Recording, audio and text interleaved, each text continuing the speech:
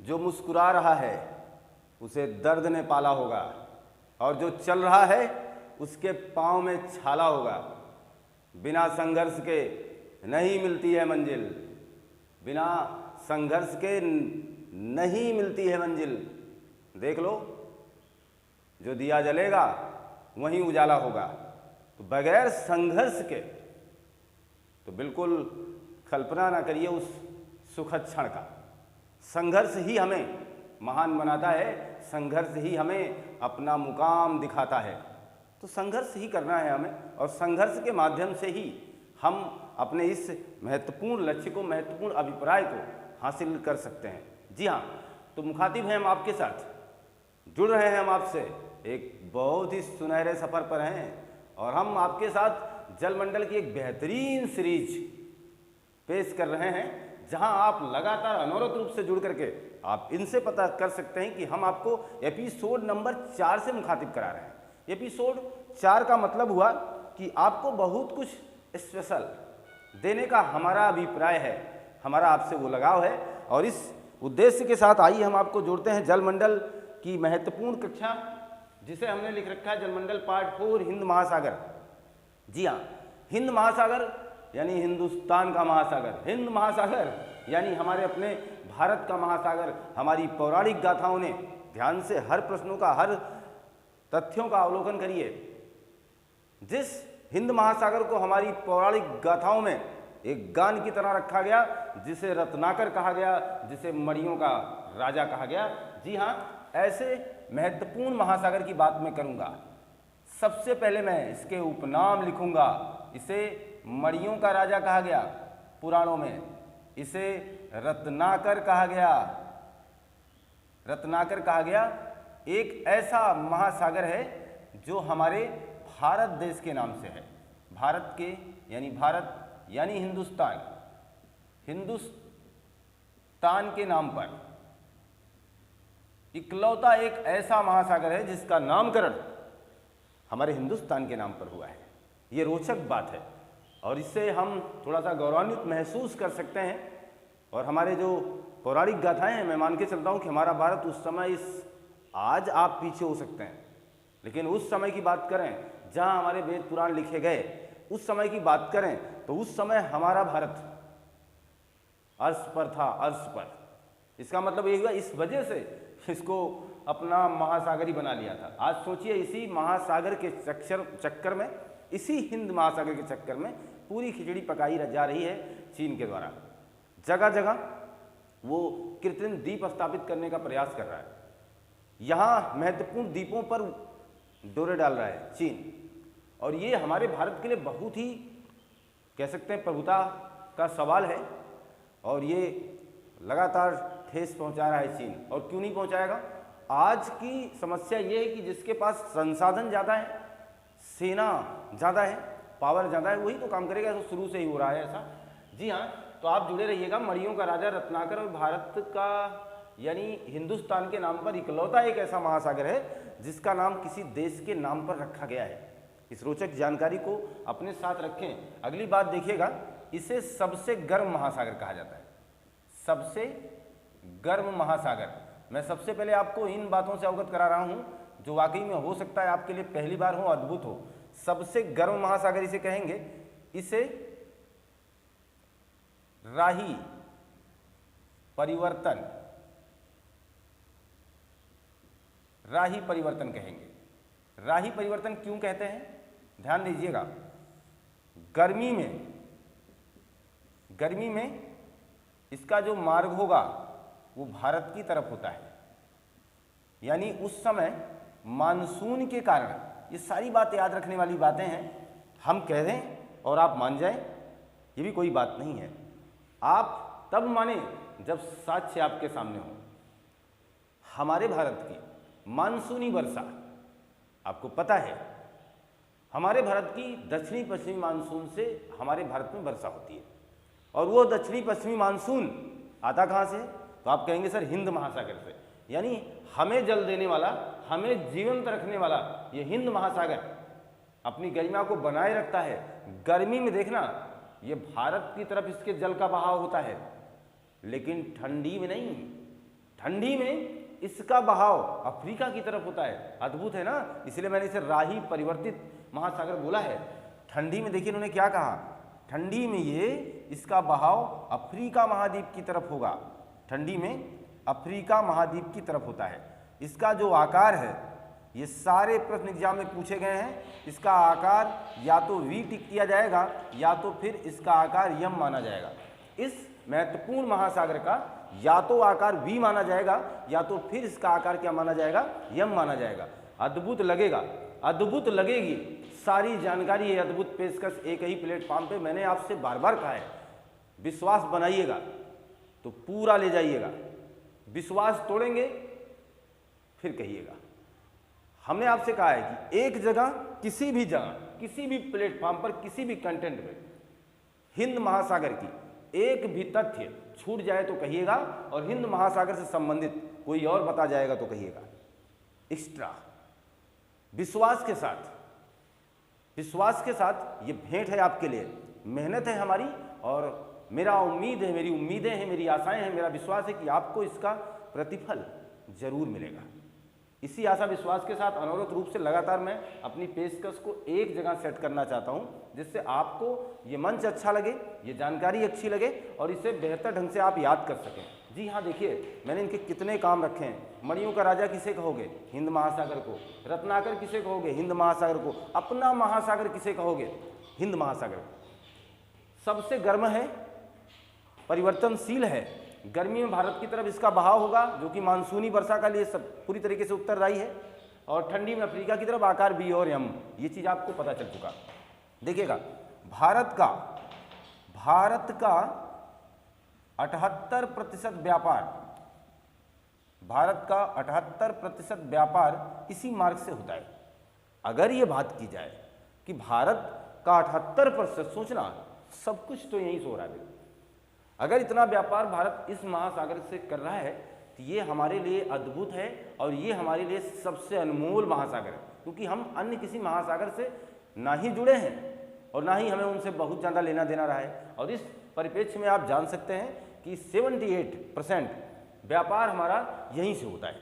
आगे देखिएगा, इस हिंद महासागर के तटों पर 40 देश बसे हुए हैं, लगभग ये आंकड़ा है 40 देश तटों पर, और ध्यान देना 40% दुनिया की आबादी भी इसी तट पर स्थित है। लीजिए, यह अद्भुत है। मैंने कहा इससे आंकड़ा लगा सकते हो कि किस महासागर के आसपास सबसे ज्यादा लोग रहते हैं।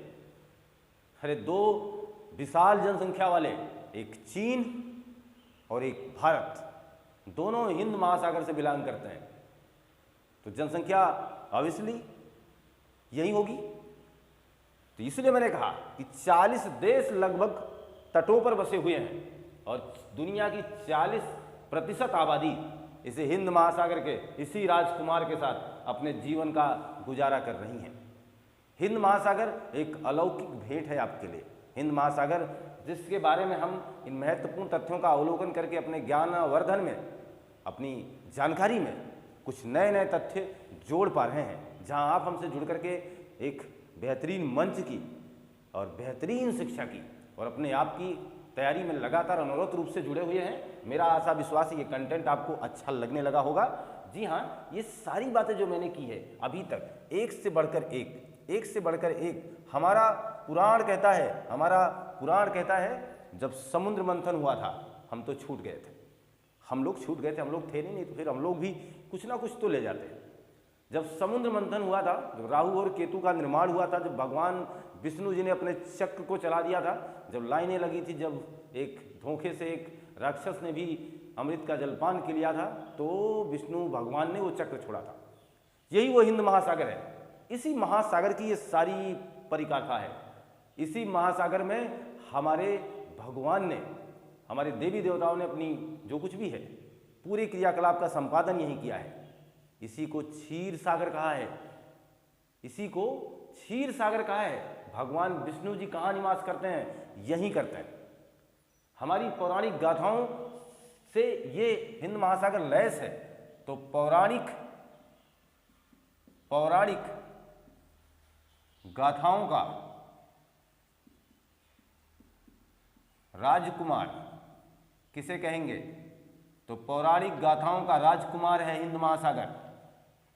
पौराणिक गाथाओं का राजकुमार है हिंद महासागर। हमारे पुराणों की शान है हिंद महासागर। ये वही हिंद महासागर है जो हमारे इतिहास में अपने परचम को लहराते हुए आज भी हमारे, आप देख सकते हैं, इस 40% आबादी को जीवन प्रदान करता है। मानसून ना आएगा तो आपको पता है क्या क्या बिगड़ जाएगा। जी हाँ, तो मान के चलते हैं कि आपको ये बिल्कुल जो मेरी भेंट चल रही है आपको अलौकिक लग रही होगी, अलौकिक है भी ये। अब ध्यान दें, हम इस पर बात और भी करेंगे। बात ये करेंगे कि इसका सबसे बड़ा द्वीप कौन सा है। हिंद महासागर का सबसे बड़ा द्वीप, अगर हिंद महासागर के सबसे बड़े द्वीप की बात आएगी तो क्या बताओगे आप? तो बताना जरा। तो इसका सबसे बड़ा द्वीप है मेडागास्कर। जी हाँ, और आपको पता है दुनिया का सबसे बड़ा द्वीप कौन सा है? ग्रीनलैंड।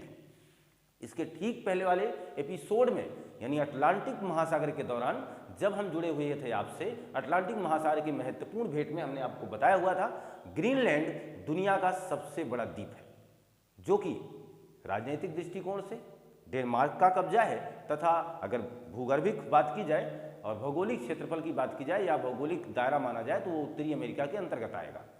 ये सारी बातों पर चर्चा हो चुका है और हम सबसे बड़े द्वीप, हिंद महासागर के सबसे बड़े द्वीप की बात कर रहे हैं, ना कि दुनिया की। तो सबसे बड़ा द्वीप कौन सा है यहाँ का? मेडागास्कर। और सबसे छोटा द्वीप कौन सा है? तो मालदीव। ये सारी बातें आप याद रखेंगे। सबसे छोटा द्वीप, सबसे छोटा द्वीप कौन सा है? तो सबसे छोटा द्वीप है मालदीव। जी हाँ। अच्छा, दुनिया का अगर बात की जाए, विश्व का सबसे छोटा द्वीप, तो अभी यूनेस्को ने, या आप कह सकते हैं वर्ल्ड हेरिटेज साइट ने ये बात बोली है कि बिस्मार्क, जो कि इंग्लैंड का एक नन्हा सा द्वीप है, वो दुनिया का सबसे छोटा द्वीप है।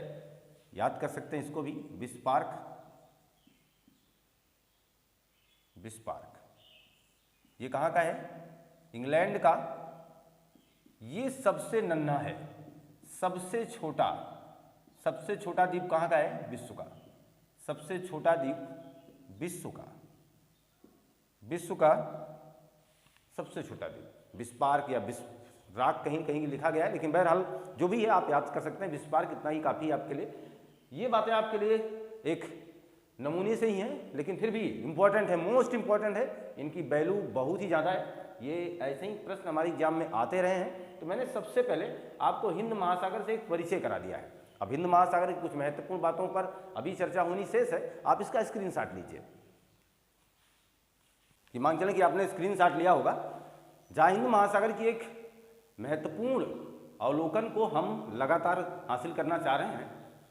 सच बताएं तो अब हम यहाँ एक छोटा सा प्रयास करेंगे जो आप हमारे साथ करेंगे।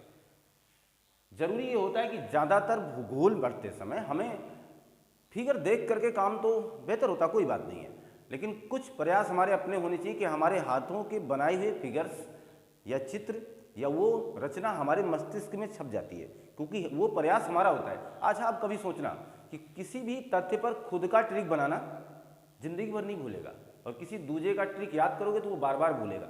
ऐसा क्यों होता है? क्योंकि जब हम किसी चीज़ की रचना स्वयं करते हैं तो हमारे वो अंदर की आवाज़ होती है। तो यहाँ देखिएगा, तो हम लोग एक मामूली सा, बहुत ही बेहतरीन नहीं फिर भी, लेकिन काम चलाऊँ फिगर हम लोग बनाएंगे। जी हाँ, काम चलाऊँ फिगर का मतलब ये हुआ हमारा, कुछ हम इस तरीके की एक संरचना बनाने का हमारा जो प्रयास है, हो सकता है ये रंग लाए, और ये रंग लाना भी चाहिए इसे, क्योंकि लाने के लिए इसे मैं विवश करने वाला हूँ। जी हाँ, एक ऐसी संरचना जो आपको अब भाव विभोर कर रही होगी कि हम लोग सच में एक महत्वपूर्ण जानकारी का अब अवलोकन कर पाएंगे। जी हाँ, एक कुछ इस तरीके का फिगर बनाना बिल्कुल इजी है, इजी फिगर है ये। आप ऐसे ही हाथ चलाते चले जाएं और ऐसे फिगर आपके सामने बन जाएगा। आप ज़रा ध्यान दीजिएगा, मैं बात अभी और भी करूँगा आपके साथ, तमाम चीज़ें शेयर करनी बाकी हैं, और मैं उन चीज़ों को बारीकी से शेयर भी करने वाला हूँ।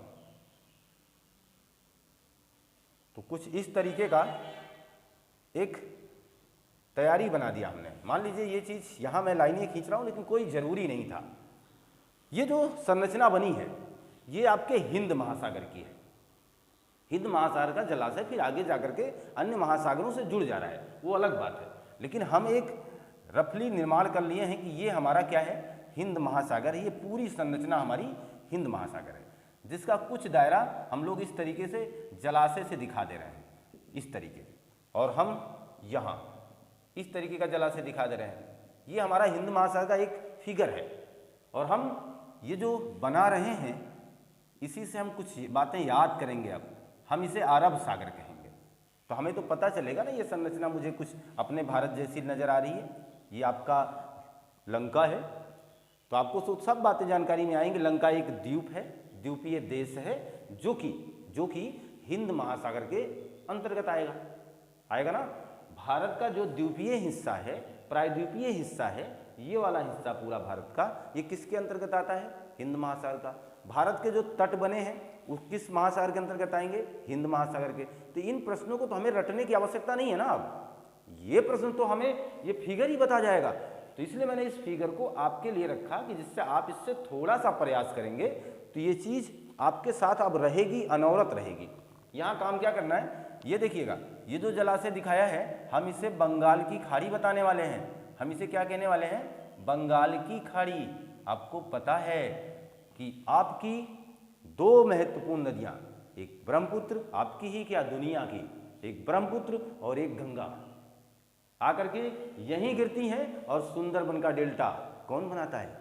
ये सारी बातें तो आपको नदियों के क्षेत्र में ले जाऊंगा तो वहाँ मैं बात करूंगा। बहरहाल अभी आप समझ सकते हैं कि यही बंगाल खाड़ी की बात हो रही है, उसी बंगाल की बात हो रही है, उसे अपने पश्चिम बंगाल की बात हो रही है, उसके नाम से इस खाड़ी का नाम है बंगाल की खाड़ी। जी हाँ, अब हम बात करते हैं, यहाँ देखिएगा कुछ एक दो द्वीप दिखा देते हैं आपको। यहाँ एक द्वीप है सेशल्स, जिस पर अभी चर्चा होनी शेष है, हम सेशल्स की बात करेंगे।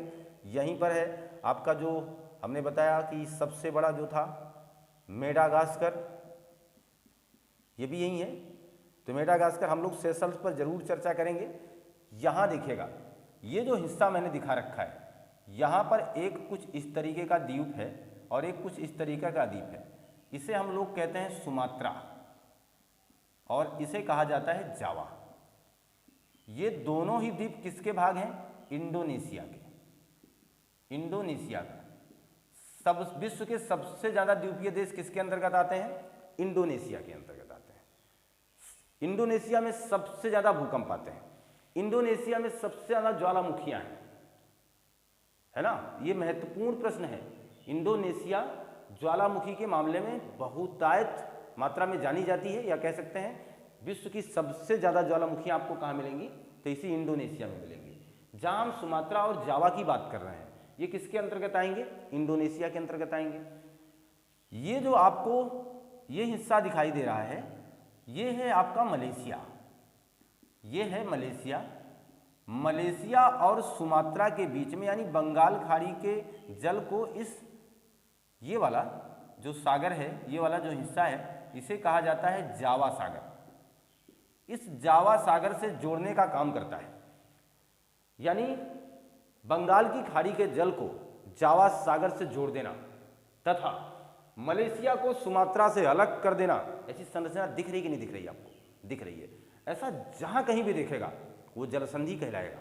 इसका मतलब यहां भी किसी प्यारी जलसंधि का नाम है। जी हाँ, मोस्ट इंपॉर्टेंट जलसंधि यहां पर है जिसका नाम है मलक्का। मलक्का जलसंधि इसलिए इंपॉर्टेंट है, किस लिए, क्योंकि 805 किलोमीटर लंबी है ये जलसंधि। विश्व की सबसे लंबी जलसंधि माना जाएगा इसे। विश्व की सबसे लंबी जलसंधि कौन सी है, मलक्का। कहाँ मिली, जी हाँ यहाँ मिली। आपके व्हाइट बोर्ड पर ये संरचना मैं बना रखा हूँ, और ये जलसंधि अब आपके सामने बिल्कुल तरोताजा होकर के हाजिर हो चुकी है, और ये फिगर आपके मस्तिष्क में जा चुका होगा कि हमें कहाँ मिला था ये मलक्का जलसंधि। कोई दिक्कत यहाँ नहीं है आपको। अगर आप यहाँ कहोगे इनके बीच में कौन सी जलसंधि, तो मैं कह दूंगा जाने दीजिए, मैं बताने वाला ही नहीं। जावा है, सुमात्रा है, सुंडा जलसंधि है। जी हाँ, देखिए इनके बीच में भी जलसंधि है, जिसका नाम है सुंडा। सुंडा जलसंधि, यहीं पर एक सुंडा गर्त है जो हिंद महासागर का सबसे गहरा स्थान है। सारी बातें तो लिखनी है हमें। सबसे गहरा स्थान कहाँ का? हिंद महासागर का सबसे गहरा स्थान है। 1883 ईस्वी में 1883 ईस्वी में इसी इंडोनेशिया में भूकंप आया था। और वो क्यों आया था? क्योंकि क्राकाताओ ज्वालामुखी में विस्फोट हुआ था। ज्वालामुखी, यह दुनिया की सबसे विस्फोटक ज्वालामुखी है। सबसे विस्फोटक ज्वालामुखी विश्व की कौन सी है? क्राकाताओ। कहाँ मिलेगी? इंडोनेशिया में। 1883 में भयानक विस्फोट के चलते इसने सुनामी ला दिया था। भयानक विस्फोट के कारण इसने यहाँ हलचल मचा दी थी, जिसके छींटे हमारे भारत को भी महसूस हुए थे, जिसकी वजह से चीन और भारत भी तबाही का मंजर देख चुके थे। हकीकत समझना महत्वपूर्ण बात है। 1883 हमारे लिए तो बिल्कुल दूर की बात है बहरहाल, लेकिन हम उसे महसूस कर सकते हैं। इतना भी दूर नहीं था। जब हम 1857 की क्रांति याद कर सकते हैं तो 1883 उसके बाद आई है। क्राकाताओ ज्वालामुखी विस्फोट होता है। इसमें विस्फोट होने के बाद इसी सुंडा गर्त के आसपास वो बेहतरीन बड़ी बड़ी लहरें उत्पन्न होती हैं और इन लहरों ने तबाही मचा दी। और तबाही इस कदर था, ये मंजर इतना भयानक था कि 36,000 लोग मारे गए। ये आंकड़ा है, मारे और गए बताए कम गए। 36,000 लोग मारे गए, पता नहीं कितने लोगों को गिना ही नहीं जा सका होगा। बह गए इस सुनामी में, ढह गई मकानें, चले गए लोग। ये है जिंदगी जिसको इतना सजा रहे हो। क्या बात है जो इतना मुस्कुरा रहे हो। जिंदगी वाकई में ये चीज़ देख करके तो ऐसा लगता है कुछ है नहीं, सब मिथक है। कब एक झोंका सा आएगा और आपको बहा ले जाएगा। ये सारी बातें तो, इन सब चीज़ों को देख करके तो ऐसा मन होता है कि आध्यात्मिक हो जाए, लेकिन बहरहाल नहीं। हम आध्यात्मिक होकर के भी क्या करेंगे? क्या इन सुनामियों को रोक देंगे? नहीं। तो इससे बेहतर है कि हम काम करके पछताएं, और बगैर काम किए पछताएंगे तो बुरा लगेगा। तो काम तो हमें करना है, पछताना नहीं है। हम लोग इस महत्वपूर्ण सुमात्रा और जावा द्वीप की कहानी से ये जान पा रहे हैं कि क्या क्या महत्वपूर्ण प्रश्न हमारे सामने आ चुके हैं। देखना जरा, ये एक छोटा सा कल्पना होता है और ऐसे दिमाग में सेट करने से ये कभी जाते नहीं है।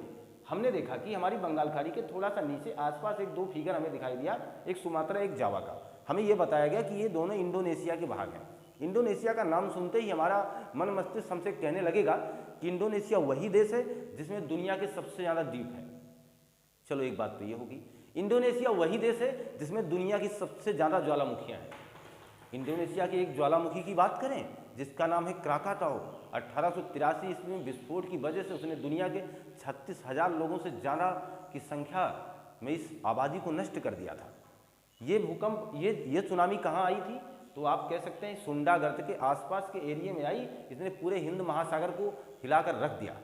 इसने पूरे हिंद महासागर में कंपन ला दिया और इस सुनामी ने आसपास तटों पर बसे हुए तमाम देशों को तबाह कर दिया। और इसके छींटे आपके भारत ने भी महसूस किए हैं। बहरहाल आपके भारत को बहुत ज़्यादा नुकसान नहीं हुआ, लेकिन नुकसान हुआ। तो इसमें देखिएगा, सुमात्रा और जावा के बीच में एक गर्त है जिसका नाम है सुंडा गर्त, और इस जलसंधि को भी सुंडा जलसंधि कहेंगे। सुंडा गर्त सबसे गहरा गर्त है हिंद महासागर का। इसलिए मैंने आपको ये फिगर दिया कि जिससे आप इन चीज़ों को जान पाएं। तो मुझे लगता है कि आप यहाँ तक की बात को बेहतरीन ढंग से समझ चुके हैं। ज्वालामुखी भी आपको याद हो गई होगी। हम अब बात करेंगे सेशल्स की। सेशल्स, और हम ये इसलिए कर रहे हैं क्योंकि अब यहाँ से आप चीज़ों को याद कर सकते हैं। सेशल्स, ये जो सेशल्स है इसकी राजधानी है विक्टोरिया। एक द्वीप है विक्टोरिया, क्या है इसकी राजधानी है। सेशल्स की राजधानी विक्टोरिया है। हम सेशल्स की बात क्यों कर रहे हैं? हम आपको घूमने की सलाह नहीं देने आए हैं, हम इसका विज्ञापन नहीं कर रहे हैं, लेकिन फिर हमें याद करना है इसके महत्वपूर्ण तथ्य को। विक्टोरिया महल भी है, विक्टोरिया पैलेस जान रहे हैं आप, और यहाँ की राजधानी भी विक्टोरिया है। एक महारानी विक्टोरिया थी, है ना। तो सेशल्स जो है इसकी राजधानी क्या है? विक्टोरिया है। और सेशल्स के राष्ट्रपति, सेशल्स के राष्ट्रपति आप सोच रहे सर ये क्यों आप बता रहे हैं यहाँ पे, राम कलवनर, क्या नाम था, राम कलवनर जी, राम कलवनर ये हैं हमारे सेशल्स के राष्ट्रपति, राम कलवनर। इनका नाम क्यों लिया? और आपसे कभी सेशल्स से प्रश्न आ जाए ना तो अचरज में मत पड़िएगा, ये मत सोच सर ये ही द्वीप क्यों पूछा गया, दुनिया में बहुत से द्वीप हैं लेकिन यही क्यों पूछा गया। ये इसलिए पूछा जाएगा क्योंकि राम कलवनर साहब ये हमारे भारत के मूल निवासी हैं। मूल निवासी का मतलब इनके पूर्वज हमारे भारत में रहते थे, ये नहीं, इनका जो इनके पूर्वज यानी इनके दादा परदादा कहाँ रहते थे, बिहार के निवासी थे। तो 2018 में यहाँ के राष्ट्रपति राम कलवनर 2018 में बिहार आए थे। कहाँ आए थे? बिहार आए थे।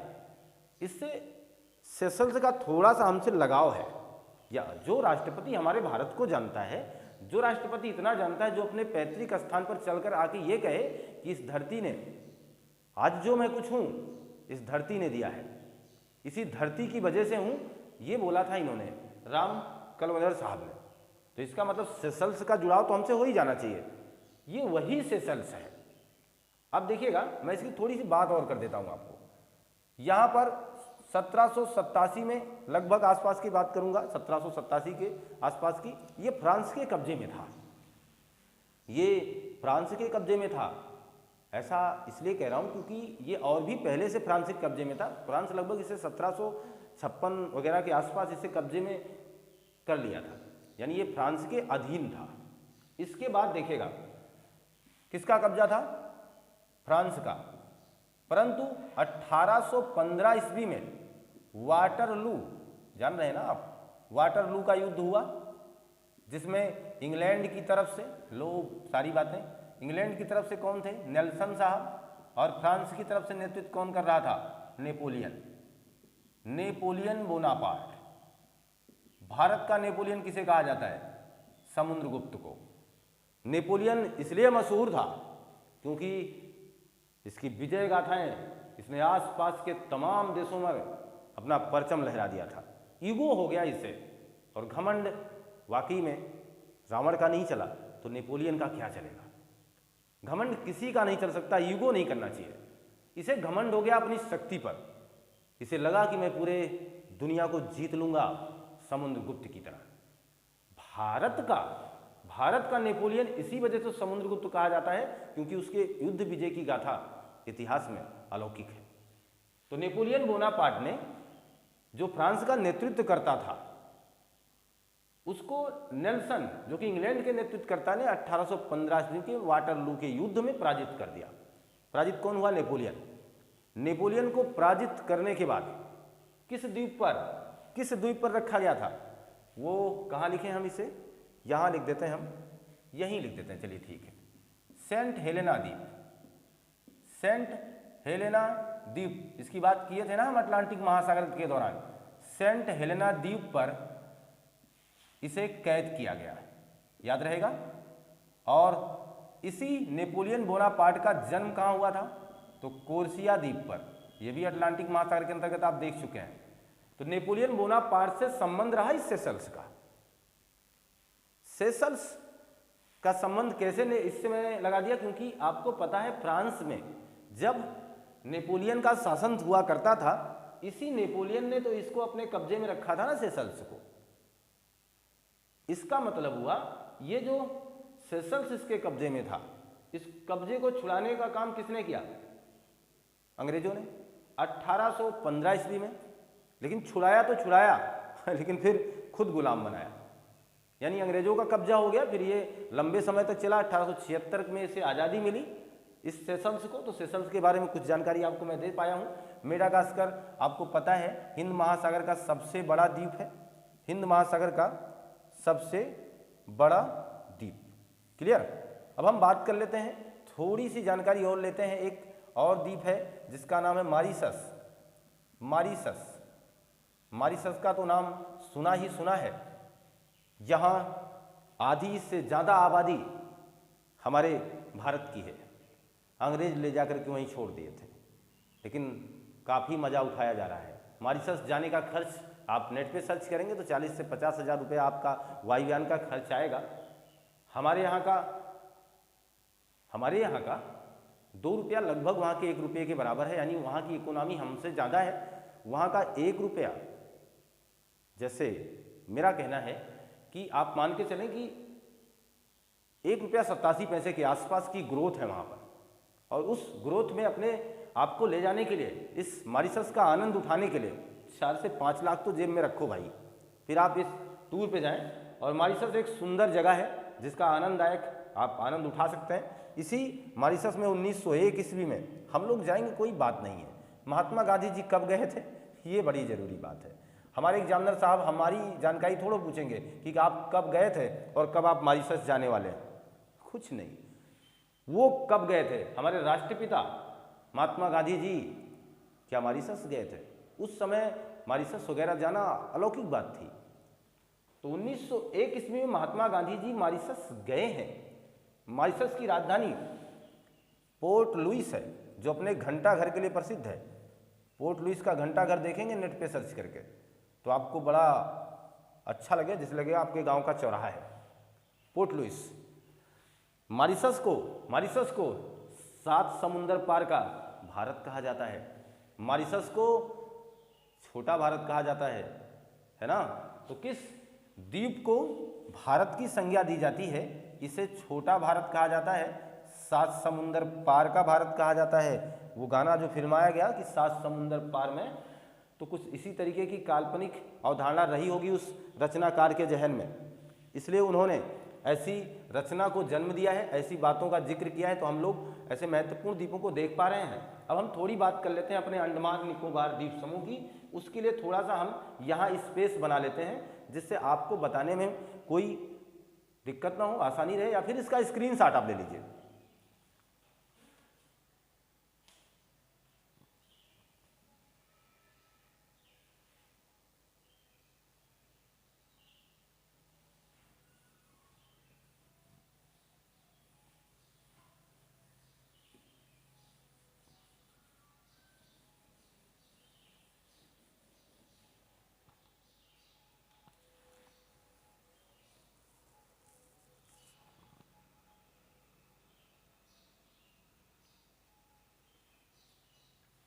जी हाँ, तो आपने स्क्रीनशॉट लिया होगा।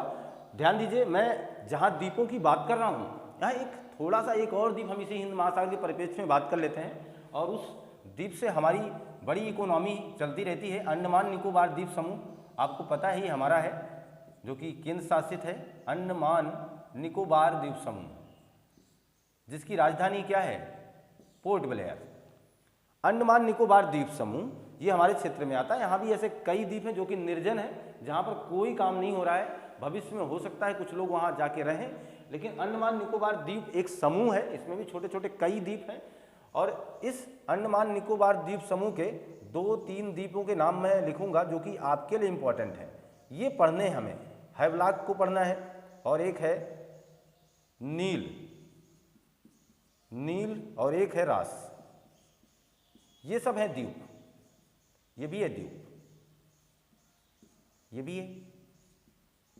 ये हैवलॉक, नील और रास ये अंडमान निकोबार द्वीप के हिस्से हैं। मैंने अभी आपसे कहा ना कि अंडमान निकोबार एक द्वीप समूह है।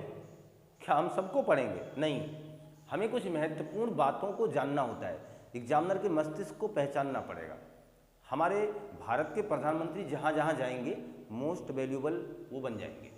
हमारे मुख्यमंत्री जहाँ जहाँ जाएंगे वहाँ के प्रश्न इंपॉर्टेंट बन जाएंगे। ये आज की बात नहीं है, पुराने समय की बात है। हमारे महात्मा गांधी जी जहाँ जहाँ गए होंगे वो स्थल, वो हमारे एग्जाम के दृष्टिकोण से हमारे इतिहास में एक पद चिन्ह, एक मार्ग बना चुके हैं। वहाँ से प्रश्न जरूर पूछे जाते हैं। एग्जामिनर के पास तो बहुतायत मात्रा में प्रश्न है, कितनी तैयारी आप कर लोगे? नहीं, लेकिन वो प्रश्न इस तरीके से पूछते हैं कि जहाँ पर कुछ हाईलाइटेड मामला होता है, हाईलाइटेड होता है। ये अंडमान निकोबार द्वीप के हाईलाइटेड द्वीप हैं, हैवलॉक, नील द्वीप और रास द्वीप, जो कि इसके हिस्से हैं। और ये इसलिए हाईलाइटेड हैं क्योंकि 2018 में भारत के प्रधानमंत्री, आप जान सकते हैं इस समय कौन थे प्रधानमंत्री और कौन है आपके भारत के प्रधानमंत्री? नरेंद्र मोदी जी यहाँ गए और इन द्वीपों के नाम को चेंज कर दिया। हैवलॉक द्वीप के नाम को बदल दिया, नील को बदल दिया और इसका बदल दिया। हैवलॉक का स्वराज द्वीप कर दिया। लीजिए, इसीलिए मैंने आपसे कहा कि मोस्ट इंपॉर्टेंट प्रश्न है ये। स्वराज कर दिया और नील द्वीप को शहीद द्वीप कर दिया और इस राष्ट्रद्वीप को नेताजी, नेताजी कौन? नेताजी सुभाष चंद्र बोस के नाम पर, नेताजी सुभाष चंद्र द्वीप।